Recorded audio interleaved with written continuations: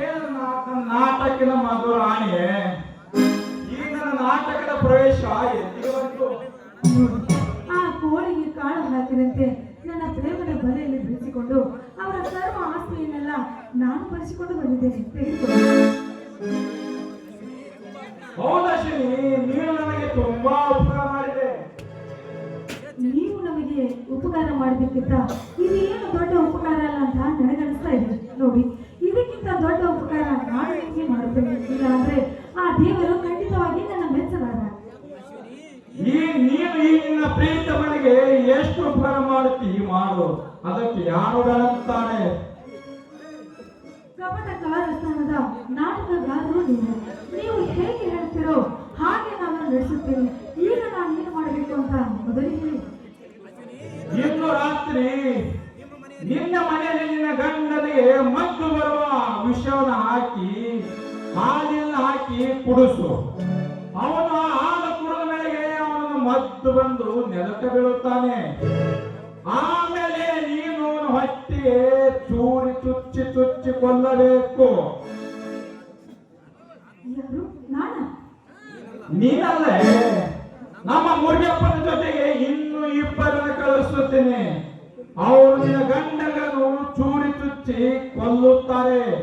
ನೀನು ಸ್ವಲ್ಪ ಅವರಿಗೆ ಸಹಾಯ ಮಾಡುವಷ್ಟೇ. ಸರಿ, ಹಾಗಾದ್ರೆ ಆ ಸತ್ಯ ಶವವನ್ನು ಏನು ಮಾಡಬೇಕಂತ ನನಗೆ ಗೊತ್ತಾಗ್ತದೆ. ಅದರ ಬಗ್ಗೆ ನೀವೇನು ತಲೆ ಕೆಡಿಸಿಬೇಡ ಅಶ್ವಿನಿ. ಆ ಶವನ ಮೇಲೆ ಅರ್ಜುನ ಮನೆಯಲ್ಲಿ ಒಕ್ಕಟ್ಟಿದ್ರ ಇತ್ತು.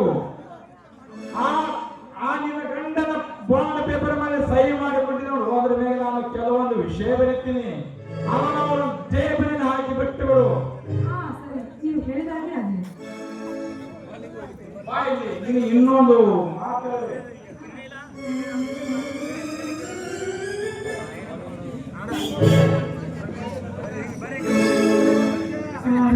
ನಾನಿಂದ ಬರಲಿ.